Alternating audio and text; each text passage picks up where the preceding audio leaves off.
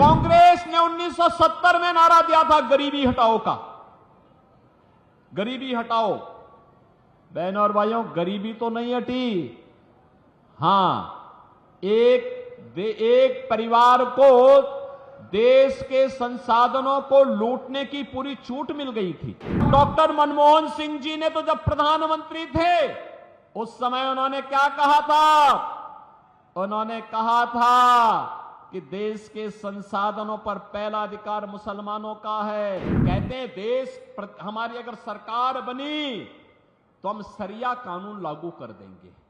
आप बताओ, ये देश बाबा साहब भीमराव अंबेडकर के द्वारा बनाए गए संविधान से चलेगा या किसी शरीयत से चलेगा? क्या आप कांग्रेस और समाजवादी पार्टी को अपनी संपत्ति पर डकैती डालने की छूट देना चाहते हैं क्या?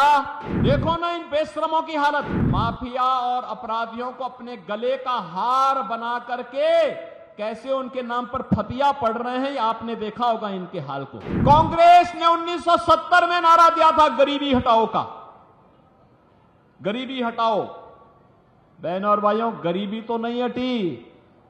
हां, एक परिवार को देश के संसाधनों को लूटने की पूरी छूट मिल गई थी। पूरी छूट मिल गई थी। चाहे वह परिवार दिल्ली में रहा हो, चाहे वह परिवार सफाई का रहा हो, ये लूटते थे, अराजकता फैलाते थे।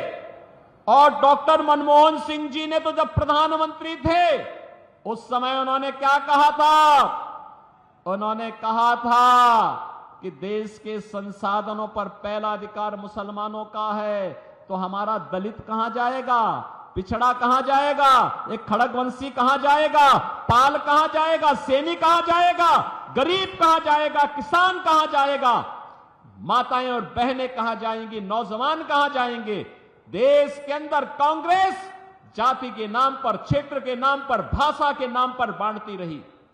गरीब भूखों मरता रहा, किसान आत्महत्या करता रहा, नौजवान पलायन करता रहा। और एक कांग्रेसी और उनके सहयोगी दलों को आज जो इंडी गठबंधन के रूप में आपके पास आए हैं, बहनों और भाइयों, ये देश के साथ गद्दारी किए हैं और फिर गद्दारी करने के लिए अपने झूठे घोषणा पत्र के साथ आपके पास आए हैं।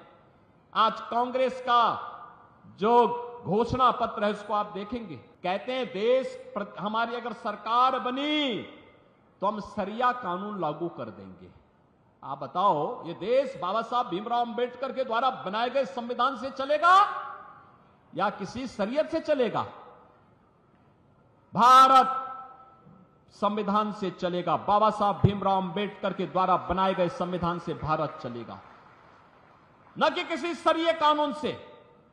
कांग्रेस के लोग अपने घोषणा पत्र में इस बात की चर्चा करते हैं कि हम व्यक्तिगत कानून को लागू करेंगे, यानी शरिया कानून लागू करेंगे, क्योंकि मोदी जी ने 3 तलाक की प्रथा को रोक दिया, पूरी तरह रोक लगा दी, उस पर लगाम लगा दी।